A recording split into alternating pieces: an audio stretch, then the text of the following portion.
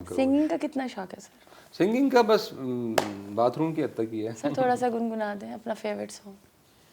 अपना favourite song? जी sir. अच्छा, favourite song तो यही था, लेकिन मैं वैसे ही आपको जो गुनगुनाने के लिए मैं अक्सर मेहदी हसन साहब का है वो मैं आपको सुना देता हूँ। बिल्कुल सर, हमारे व्यूअर्स सुनना चाहेंगे।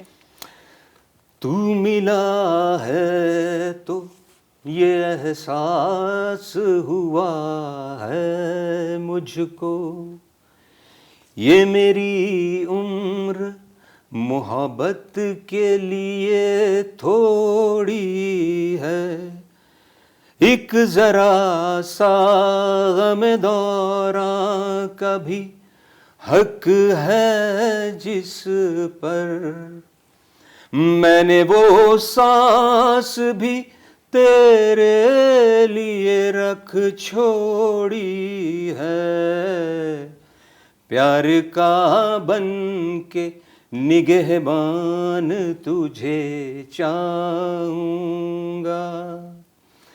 मैं तो मर कर भी मेरी जान तुझे चाहूंगा,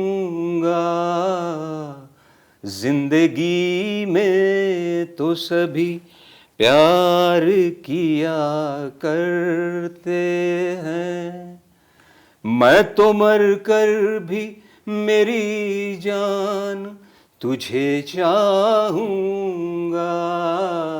वाह जी वाह, बहुत शुक्रिया सर। अच्छा सर, ये बताइए कि वालिद और वालदा में दोनों में से किसके ज़्यादा करीब हैं आप? अटैचमेंट किससे है?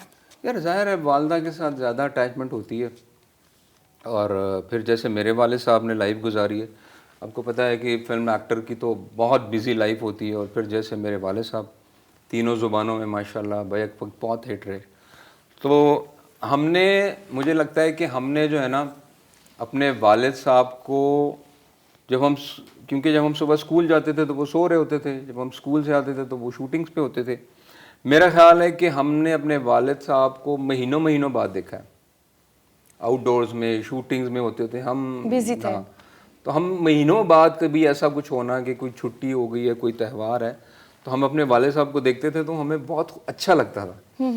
तो ज़ाहिर है फिर अटैचमेंट तो वालदा के साथ थी बहुत ज़्यादा, और वालिद का तो डेफिनेटली एक अपना एक किरदार है वो है, लेकिन अटैचमेंट वालदा से ज़्यादा रही, क्योंकि जाहिर है इकलौता बेटा, इकलौता बेटा भी, और फिर वो तो फिर वालिद का ज़्यादा नहीं मुझे लगता नहीं, कि वालिदैन ज़रा हमारा जो मतलब ज़रा पठान थोड़े सख्त होते हैं लड़कों के साथ, और ठीक है मतलब आज भी बहुत प्यार करते हैं, लेकिन कभी वो हमारी इस तरह की फ्रैंकनेस नहीं रही। मेरी वालदा के साथ मेरी मेरी बहुत फ्रैंकनेस है, हम बहुत मतलब मैं उनके साथ बहुत मजाक भी करता हूँ, दिल की बात भी कर लेता हूँ, लेकिन खान साहब के साथ बहुत अदब के दायरे में रह के, क्योंकि कभी वो बना ही नहीं, वो हमारी केमिस्ट्री ऐसी बनी नहीं। अच्छा सर, मुझे बताएं, यकतरफा मोहब्बत और यकतरफा ट्रैफिक, क्या आप इसके कायल हैं? हो ही नहीं सकती। एक तरफा ट्रैफिक तो अच्छी है आजकल के दौर में, वो ठीक है, एक तरफ से फ्लो चलता रहेगा, एक तरफा मोहब्बत हो नहीं सकती, सवाल ही नहीं पैदा होता। वो एक तरफा उसको आप क्या कहेंगे, मतलब है कि आप ऐसी दीवार के साथ सर टकरने वाली बात है। तो सर क्या मतलब, कभी तो मानेगी ये? नहीं, कभी तो मानेगा, कायल नहीं है। वो आपको पता चल जाता है कि यार वो मतलब मैं हैं। किस हद तक हूँ और क्या रिस्पॉन्स है, एक हद तक ही आप टक्कर मार सकते हैं ना। उसके बाद जब आप देख रहे हैं कि नई बात बन रही है तो छोड़ दें, वो कुछ ना कुछ बेहतरी होती है अल्लाह तो की। क्या ख्याल है, मोहब्बत फिर खत्म हो जाएगी उससे? ये मतलब हो सकता है, देखे ना इंसान के और अल्लाह के प्लान्स में बड़ा फ़र्क होता है। आप कुछ सोचते हो, लेकिन by the end of the day आप, जैसे एक बच्चा होता है, वो छुरी पड़ी है तो वो उठा के उसको ज़िद करेगा उससे खेलने के लिए, अब वो बच्चा है, उसको नहीं पता है, वो उससे अपने आप को ज़ख्मी भी कर सकता है, लेकिन उसकी समझ नहीं है, उसके लिए वो खिलौना है। बाद में उसको जब बड़ा होता है तो समझ आती है कि नहीं यार वाकई मुझे मेरे वालिदैन मना करते थे तो ये मेरे लिए ठीक नहीं था। तो हो सकता है आप यू ट्राई योर बेस्ट, आप अपनी एक अच्छी कोशिश करें, लेकिन किसी हद तक फिर आप देखें अगर नहीं बन रहा तो leave rest to the god, it means के ऊपर से मंजूरी नहीं है, और फिर वो जो करता है वो फिर सबसे बेहतरीन होता है। अच्छा ये बताएं, अपने बच्चों को लाना चाहेंगे इस फील्ड में? हाँ, अगर वो आना चाहे, मैं बता तो रहा हूँ, छोटा जो है वो तो बॉर्न एक्टर है अभी से ही। अच्छा, और इंस्पायर है आपसे? के दादा से? नहीं मतलब है कि उसके ब्लड में है, जाहिर है। और मतलब वालिद भी है, वालदा भी है और दादा भी हैं, तो उसके अंदर वो चीज़ जो है ना वो शुरू से है। अब मैं उसको देखता हूँ, उसके टिकटॉक्स देखता हूँ, उसके सोशल आपके मीडिया। ज्यादा क्लोज हैं या मम्मा के? मेरे दोनों नहीं, हाँ दोनों मेरे ज़्यादा ज्यादा क्लोज हैं, क्योंकि मैं उनके साथ बहुत ज़्यादा मतलब टाइम स्पेंड करते हैं। मतलब उनके साथ मैं बहुत ज़्यादा आउटिंग करता हूँ। माँ के पास इतना टाइम नहीं होता, जाहिर है वो करती तो है, लेकिन बाहर मैं लेके जाता हूँ। बच्चों को अट्रैक्शन होती है घूमने की, फिरने की, उनको मैं फनलैंड लेके जाता हूँ और उनके साथ मैं बहुत टाइम स्पेंड करता हूँ। तो उनकी माँ भी यही कहती है कि अच्छी बात है, मुझे अच्छा लगता है कि जब वो बाप के साथ बहुत ज्यादा अटैच है। क्लोज होते हैं। कोई ऐसी जगह जहाँ आप गए हो खुशबू के साथ, यादगार कोई वाकया? हमने बहुत बल्कि वर्ल्ड टूर कह लें, जब शादी से पहले हम लोग लंदन गए, कनाडा गए, अमेरिका गए शोज़ के लिए। तो वो बड़ा एक अच्छा पीरियड था हमारे लिए। वो ज़ाहिर है वो एक नया एक्सपीरियंस था। और फिर शादी के बाद इकट्ठे रहना, शादी के बाद भी काफ़ी गए हैं, तो ऑलमोस्ट जो है ना मतलब काफ़ी जगहों पे हम दोनों इकट्ठे ही गए हैं फर्स्ट टाइम। अच्छा सर, ये मुझे बताएं कि शादी से पहले मोहब्बत और शादी के बाद मोहब्बत में कुछ चेंज आता है? चेंज इन अ सेंस इस तरह आ जाती है कि फिर वो जो 1 to 1 वाली बात ख़त्म हो जाती है, बच्चे आ जाते हैं, घर आ जाता है, जिम्मेदारियां आ जाती हैं, सर्वाइवल की बात आ जाती है। कुछ तो ऐसे वो सीन नहीं आ जाते, उफ तुम तो शादी से पहले ये कहते थे, वो कहते थे, अब तुम बदल गए हो, कुछ ऐसे? हाँ अमूमन कुछ ऐसे रिमार्क्स मिलते हैं? अमूमन मिलते हैं, बिल्कुल मिलते हैं। अच्छा। तो उसमें ऐसा है कि लेकिन वो ज़ाहिर है वो भी अंडरस्टैंड करती हैं। वो वैसे भी with the passage of time उसकी वो जो एक थोड़ी सी ना वो फॉर्म चेंज हो जाती है मोहब्बत की। मैच्योरिटी आ जाती है हाँ, वो फिर। ज़्यादा तवज्जो फिर बच्चों की तरफ और सारा ये वो, लेकिन मोहब्बत तो रहती है definitely by the end of the day. Sir लड़ाई होती है बड़ी बहुत? हाँ। वो तो शुरू दिन से हो रही है। बहुत शुरू शुरू से भी बहुत होती थी और अब भी होती हैं लड़ाइयाँ तो ज्यादा कौन करता है लड़ाई? मतलब ज्यादा गुस्सीला कौन है? यार ज़्यादा पहले मैं था, अब वो है। अच्छा। हाँ अच्छा, आप ठंडे होते जा रहे हैं। नहीं नहीं, अब मैं भी करता हूँ गुस्सा, लेकिन उनके उनके मुकाबले में थोड़ा कम करते हैं। हाँ वो थोड़ा बस जैसे घर में कोई बात है छोटी सी कि कोई नौकर को लेके, कोई मुलाजिम को लेके, मैं कहता हूँ नहीं ये मुलाजिम होगा, वो कहती नहीं ऐसा नहीं होगा, ये ऐसा करता है, ये ऐसा करता है। तो छोटी छोटी बातों पे जो है ना वो इख्तलाफ रहता है। सुलह कौन करता है पहले? सुलह जिसकी गलती हो। अच्छा, ये बड़ी अच्छी बात है कि उनको रियलाइज हो जाए कि नहीं यार ये मिस्टेक मेरी थी। और तो ज्यादातर कौन, वो या आप? ज़्यादा वही करती हैं यार। एक्टिंग करते करते डायरेक्शन की तरफ आने का कैसे सोचा? डायरेक्शन का इस तरह था कि जब मैं एक्टिंग करता था तो मुझे कभी ऐसा लगता था कि यार ये शॉट जो था ना ये थोड़ा इस तरह से अगर इस एंगल से शूट होता, या अगर ये थोड़ा कैमरा मेरे बिल्कुल क्लोज होता, और यार ये शॉट ज़रा इस तरह होता तो ज्यादा मजा शायद आता। मैं जो था ना मैं ज़्यादा इससे सेटिस्फाइड होता। और कभी जब मैंने दूसरे एक्टर्स को भी देखना कि वो बहुत अच्छा बोल रहे हैं, इतना अच्छा बोल रहे हैं, लेकिन कैमरा वो 40 का लेंस लगा हुआ है या लॉन्ग पड़ा हुआ है, आपका एक्सप्रेशन ही पिक नहीं हो रहा। तो ये चीज़ें जो थी ना ये मेरे अंदर ना थोड़ी थोड़ी चुभती थी मुझे। और फिर एक मुझे अक्सर थोड़ा ना क्रिएशन का बहुत था, और मैं अक्सर जब डायरेक्टर्स कोई भी, ज़्यादातर तो मैंने नूर साहब के साथ काम किया, वो जब शॉट लेते थे और जिस तरह वो कैमरा ऑपरेट करवाते थे, मैं बड़े गौर से देखता था। शुरू से था कि मैं फिल्म डायरेक्शन में आऊँगा। वो फिर इत्तेफाक से हुआ ये कि जब मैं पश्तो फिल्म्स कर रहा था तो डायरेक्शन में आपके फेवरेट जो है वो सैयद नूर है? नूर साहब है, बिल्कुल है। उसमें ये हुआ कि मैंने एक फिल्म थी, मेरे प्रोड्यूसर थे, मैंने उनकी रेगुलर 3 फिल्में की, और एक डायरेक्टर थे जो 3 फिल्में उनकी सुपर हिट हो गई लगातार। तो जब चौथी फिल्म में उनको जब उन्होंने साइन करना चाहा तो डायरेक्टर के जो थे ना वो दिमाग आसमान पे था, बहुत ज़्यादा मुआवजा डिमांड कर लिया और परसेंटेज भी डिमांड कर ली। तो प्रोड्यूसर ने कहा कि यार ये तो मैं नहीं कर सकता। अब हम सब बैठे हुए थे, बात हो रही थी, मुझे कहने लगा यार कि अब क्या होगा। मैंने कहा यार मैं करता हूँ डायरेक्शन। थोड़ा सा ऐसे सोच में भी पड़ गया, मैंने कहा यार कर लोगे? मैंने कहा हाँ अल्हम्दुलिल्लाह, क्यों नहीं, चलें जी ठीक है, आप डायरेक्टर हैं इस फिल्म के। आप यकीन करें वो फिल्म जब डायरेक्ट की मैंने, वो उसका नाम था पश्तो में इस्ता मोहब्बत जमा सजाशवा। ये तुम्हारी मोहब्बत मेरी सज़ा बन गई। और वो इंडो पाक एक लव स्टोरी हमने एक डेवलप की थी कि लड़का पाकिस्तान का होता है और लड़की इंडिया से होती है। अब हमारे पास बजट भी बड़ा महदूद सा था, अब उसमें हमने पूरी इसको थोड़ा सा फुलफिल करना था, तो हम कोटली गए, तो वहाँ पे हमने उसकी शूटिंग की। अब वही पहाड़ थे, उसको हमने इंडिया भी शो करना था, उन्हीं को पाकिस्तान भी शो करना था। वो मेरे लिए टेक्निकली बड़ी जो है ना चैलेंजिंग फिल्म थी। खैर अल्लाह का करना हुआ, मैंने बड़ा उस पर होमवर्क किया था। अल्हम्दुलिल्लाह अल्हम्दुलिल्लाह जब वो पहली फिल्म रिलीज़ हुई मेरी, तो इट वाज अ ब्लॉकबस्टर। और बल्कि नूर साहब ने मुझे कहा कि यार मैं तुम्हारी फिल्म देखूंगा। अच्छा। मैंने कहा ठीक है। शहजाद रफ़ीक साहब जो प्रोड्यूसर थे फिल्म के, उन्होंने फिर स्पेशली अरेंज मैंने की उनके लिए, उन्होंने आकर फिल्म देखी और मुझे शाबाश दी कि एज अ डायरेक्टर भी आप कामयाब हैं। उर्दू फिल्म भी बनाई कोई? हाँ जी, मैंने एक उर्दू फिल्म अभी तकरीबन कोई 2 साल पहले बनाई थी, राउंड अबाउट के नाम से, और वो बड़ी मेगा हिट रही। बस कुछ थोड़े से हालात ऐसे हैं आजकल के, जो फिल्म मेकिंग बड़ा एक्सपेंसिव हो गया, बहुत ज़्यादा, और प्रोड्यूसर बेचारा जो है ना वो बहुत ज़्यादा पिसता है, क्योंकि उसमें फिर आपको मीडिया पार्टनर लेना पड़ता है, आपको चैनल हायर करना पड़ता है, फिर आपको जो डिस्ट्रीब्यूटर्स हैं, फिर सिनेमा ओनर्स हैं, तो जाके बेचारे प्रोड्यूसर के पास तो बिल्कुल एंड का जो 25-30% है वो आता है। फिर अगर फिल्म लॉन्ग रन में चले तो उसको फ़ायदा होता है। सही। तो बस हम भी उसी की नज़र हो गए, हमारा प्रोड्यूसर बेचारा थोड़ा दब गया। लेकिन अब मैं एक फ़िल्म बना रहा हूँ, पंजाबी फिल्म, तू मन्नेगा। तू मन्नेगा। तू मन्नेगा। इट्स अगेन ऑन इंडो पाक लव स्टोरी है, और इसकी शूटिंग हम अनकरीब इंशाल्लाह शुरू करने वाले हैं। तो उसमें क्या कास्ट फाइनल हो चुकी है आपकी? कास्ट नहीं है, लड़का और लड़की दोनों है, नए हैं, बाकी सपोर्टिंग में है, मैं भी हूँ। अच्छा। तो इंशाल्लाह देखें। चलें जी, ऑल द बेस्ट आपके कमिंग प्रोजेक्ट्स के लिए। अच्छा सर, ये बताएं, ताल्लुक टूट जाने के बाद सच्चे ताल्लुक का मियार आप क्या समझते हैं? ताल्लुक टूट जाने के बाद किसी भी सच्चे ताल्लुक का मियार आप क्या समझते हैं? कि सच्चा ताल्लुक तो वो नहीं टूट सकता ना, मतलब ताल्लुक टूट जाते हैं। देखें, ताल्लुक टूट जाते हैं, रिश्ते नहीं टूटते।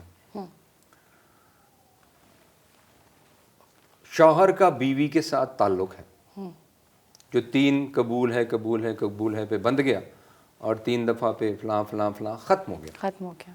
जो रिश्ता है आपका खूनी, बहन के साथ हो गया, भाई के साथ हो गया, बेटे के साथ, माँ के साथ, वो चाहे कुछ भी हो जाए, सच्चा मियार। बाप बहन भाई आपस में लड़ झगड़ के दुनिया के किसी कोने में एक चला जाए, किसी कोने में दूसरा चला जाए, लेकिन by the end of the day वो बहन भाई ही है। वो खून का रिश्ता नहीं टूटता, ताल्लुक ख़त्म हो जाता है। ताल्लुक ख़त्म हो जाता है। अच्छा सर, ये बताएं, बच्चे शरारती हैं? बहुत शरारती हैं, बल्कि मैं जो बड़ा वाला है वो अब थोड़ा सा सबमिसिव हो गया है। शुरू में वो भी बड़ा शरारती था, और जो छोटा है वो तो है ही बहुत शरारती। और मुझे अच्छा लगता है यार कि बच्चा वही अच्छा लगता है जो शरारती हो। शरारती बच्चे ज़हीन होते हैं। मैं नहीं कोई था ऐसी शरारत जो आप मतलब बड़ा ही आपको आप इंजॉय किया हो कि बच्चे की अभी भी? शरारत? हाँ, अभी भी आपको याद आती हो कि इसने ये शरारत की थी? बच्चे की शरारत मुझे अपनी एक शरारत याद है, बड़ी बिल्कुल बिल्कुल, बताएं सर। वो मैं बड़ा शाय होता था, तो जब मैं एफजी पब्लिक में था नौशहरा में, तो I think I was in 2nd के 3rd क्लास में, तो हमारी टीचर उस वक्त जब वो पढ़ाती थी तो वो मेन टेबल पे बैठ के ना सारे स्टूडेंट्स ऐसे उसके इर्द गिर्द खड़े हो जाते थे। तो उस दिन मुझे ज़ुकाम था, मेरा नाक बहुत बह रहा था। तब तो टिश्यू का कोई ज़माना नहीं था, तो हम मेरा बार बार नाक बह रहा है, मैं क्या करूँ? तो मैं, जैसे ये टेबल है तो ये टीचर बैठी हुई, ये सामने मैं खड़ा हूँ पीछे, तो बार बार मेरा नाक ये हो रहा है ये हो रहा है, तो मैं आराम से ऐसे पीछे आया, अपने टीचर के पीछे खड़ा हो गया। अब वो बेचारी बिजी हैं, मैंने उनका दुपट्टा उठाया और उसी से बार बार साफ करता रहा। टीचर को पता नहीं चला? बाद में पता चला, तो जब पता चला कि इसने ही किया है, तो वो भी हैरान थी कि ये तुमने क्या किया। तो मैंने डर के मारे किया, कि वो इसलिए भी डांट रही थी कि नाक बार बार ऐसे क्यों कर रहे हो, तो मैंने उसी को बस यूज कर लिया, दुपट्टे से साफ कर लिया। चलें सर, ये बताइए कि बचपन में कभी कोई मोहब्बत है फील हुई हो? बचपन में तो क्रशेस होते रहते हैं। पहला क्रश? पहला क्रश हाँ, कैसे, कहाँ?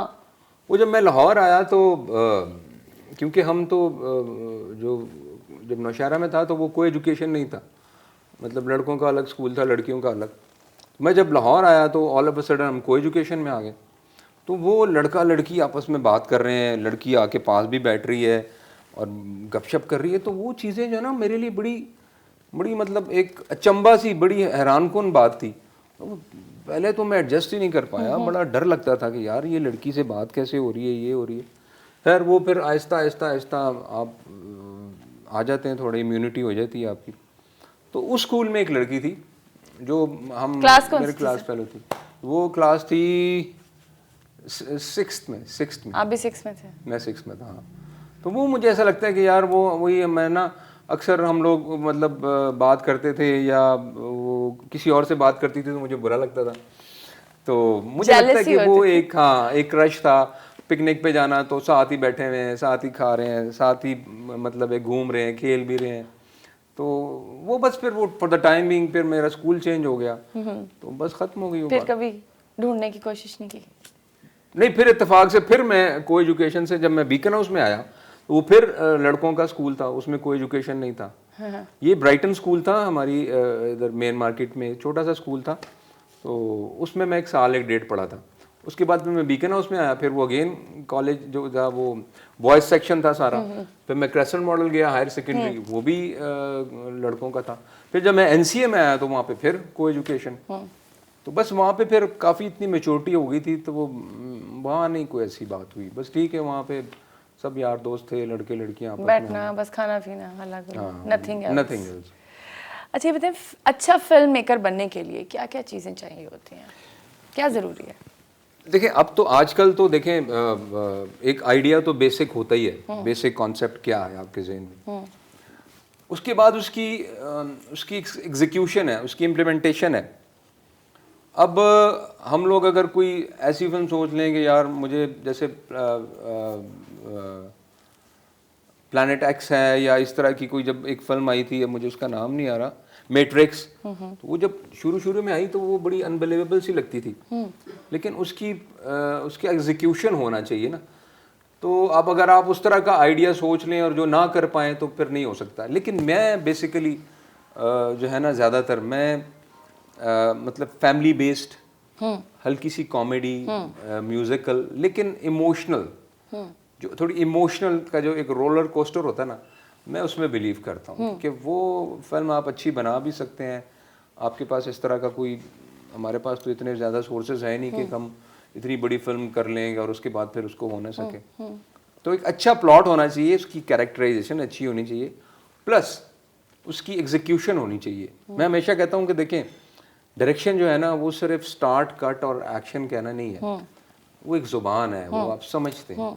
एक डायरेक्टर जो है ना, मैं जब स्क्रिप्ट देखता हूँ, एक आइडिया होता है, उसको फिर हम डेवलप करते हैं बैठ के अपने राइटर के साथ, अपने एसोसिएट के साथ।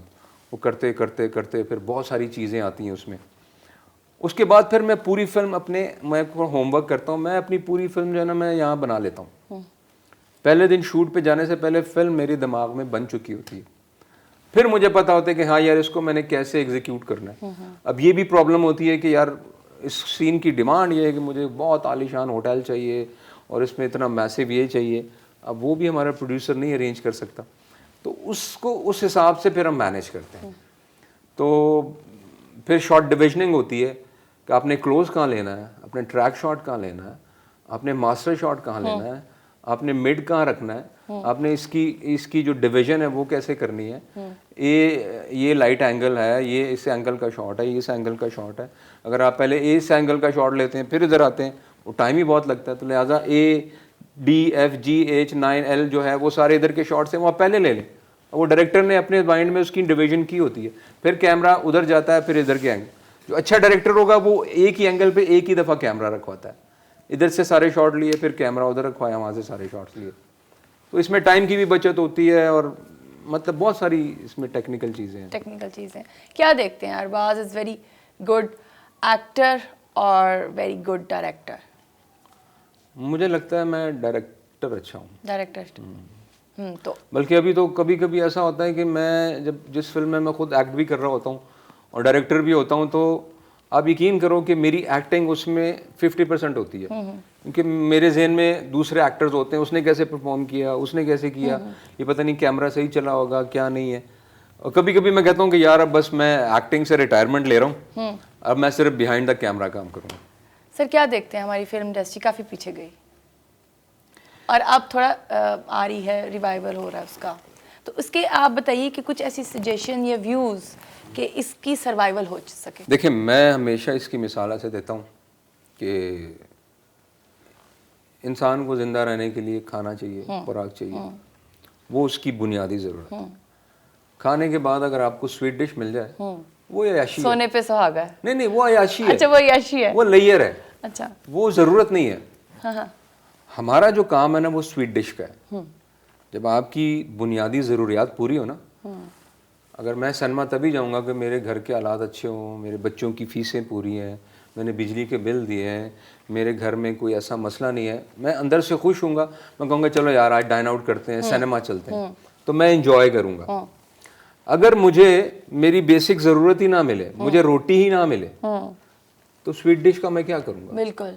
तो हमारा जो काम है ना, वो लोग तब एंजॉय करते हैं जब उनके अपनी ज़िंदगी के हालात अच्छे हों, घर पे पूरा सुकून हो, तब वो कहते हैं यार चलो मुआशी एंजॉय हालात करते जो हैं हैं आपके। तो आजकल जो हमारे मुल्क के हालात हैं, मुआशी हालात हैं, ज़्यादातर जो है ना लोग क्राइसिस में हैं। बिल्कुल। ये भी एक वजह है कि फिल्म इंडस्ट्री जो है ना उस तरह से पनप नहीं पाई। तो मुल्क के हालात अच्छे हों, इंडस्ट्री फले फूले, ज़रा पैसा आए, लोग भी खुशहाल हों, तो मेरा ख्याल है कि फिल्म इंडस्ट्री बहुत अच्छी आगे जा सकती है। टैलेंट में कोई कमी नहीं है, बहुत अच्छा काम करते हैं लोग हमारे, लेकिन ये एक मेन मसला है। नहीं तो फिर भी कुछ ऐसे व्यूज जो हमारी फिल्म इंडस्ट्री को आगे लेके जा सके। नहीं, मतलब देखिए मेरी बात सुने, मैं आपको आगे नहीं लेके जा सकते। देखें, मुझे अच्छी तरह याद है, एक वक्त था जब मैं स्टूडियो जाता था छोटे होते हुए, तो एवेन्यू की पार्किंग में जब हम जाते थे तो हमें 1 घंटा 1.5 घंटा लगता था पार्किंग में। इतनी गाड़ियां होती थी। सही। पार्किंग लॉट में 2 सेट्स लगे होते थे शूटिंग्स के, फवारे पे अलग शूटिंग हो रही होती थी, हर फ्लोर पे शूटिंग हो रही होती थी, छत पे हो रही होती थी। तो मतलब जहां पर जब फ्लरिशमेंट हो ना, जब बहुत ज्यादा काम हो रहा हो, हर बंदा खुशहाल होता है। आप कोई भी नया तजर्बा कर सकते हैं कि यार चलो यार इस पे फिल्म बनाते हैं, लेकिन जहां पर आपके पास वसाइल ही कम है, एक ही फिल्म आपने बनानी है, प्रोड्यूसर बेचारा पता नहीं कहाँ से पैसा लेके आया, उसमें फिर आप कोई एक्सपेरिमेंट नहीं कर सकते हो ना। फिर वो लकीर के फकीर के यार ठीक है यही बना लें, क्योंकि पता है लोगों ने यही देखना है। अब जैसे बड़ी इंडस्ट्रीज हैं, वहाँ पे वो एक चाय का कप लेके इस पे भी फिल्म बना लेते हैं। उनको पता होता है कि यार प्रोड्यूसर को अपने पैसे आ ही जाने हैं, तो चलो लेट्स हैव अ ट्राई। तो अभी हम उस रेंज में नहीं आए, तो हमें बड़ा जो है ना सोच समझ के कदम रखना पड़ता है। हमारा बेसिक जो इशू है ना वो बजट का है।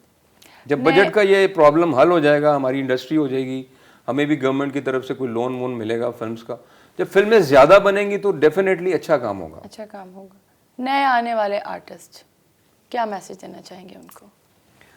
अब तो खैर नए एक्टर्स को क्या, टिकटॉक पे फिल्म अपनी वीडियो अपलोड के आप स्टार बन गए। टिकटॉक को किस हवाले से मैं एक बात बता रहा हूँ ना कि ये आप कितना देखिए, मैं आपको एक बात बता रहा हूँ कि किसी वक्त में एक एक्टर बनना, स्क्रीन पे आना एक बड़ा मुश्किल था, बड़ा मुश्किल होता था, एक प्रोसेस होता था।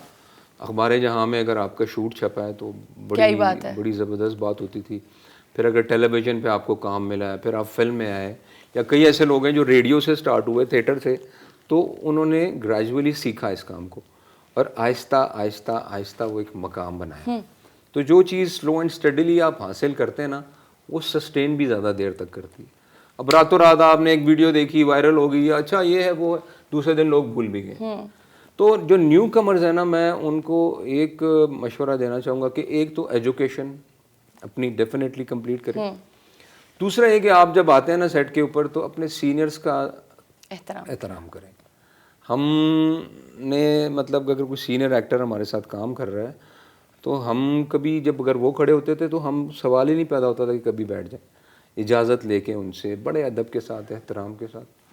आजकल मैं देखता हूँ नए लड़कों को आते हैं इधर से, आते हैं इधर से निकल जाते हैं, शॉर्ट में खड़े हैं, कभी रिगार्ड ही नहीं किया। हमारे यहाँ पहले एक दस्तूर होता था इजाज़त लेना बड़ों से, वो चीज़ें बड़ी अच्छी लगती थी। और अब वो चीज़ें जो है ना वो कम हो गई, ख़त्म हो गई है।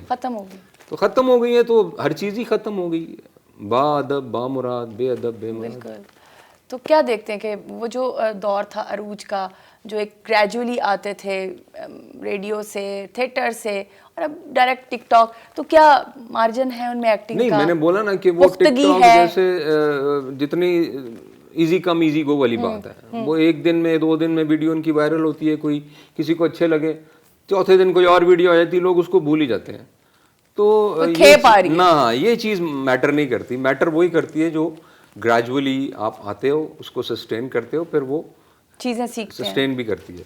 अच्छा अरबाज, बहुत शुक्रिया, आप आए, अपना कीमती वक्त हमें दिया, और मैं आपकी शुक्रगुजार हूँ। इसी के साथ नाजरीन, हमें दीजिए इजाज़त। फिल्मी सर्कल से नेक्स्ट एपिसोड के साथ, नए मेहमान के साथ फिर हाजिर होंगे। तब तक के लिए अल्लाह हाफ़िज़।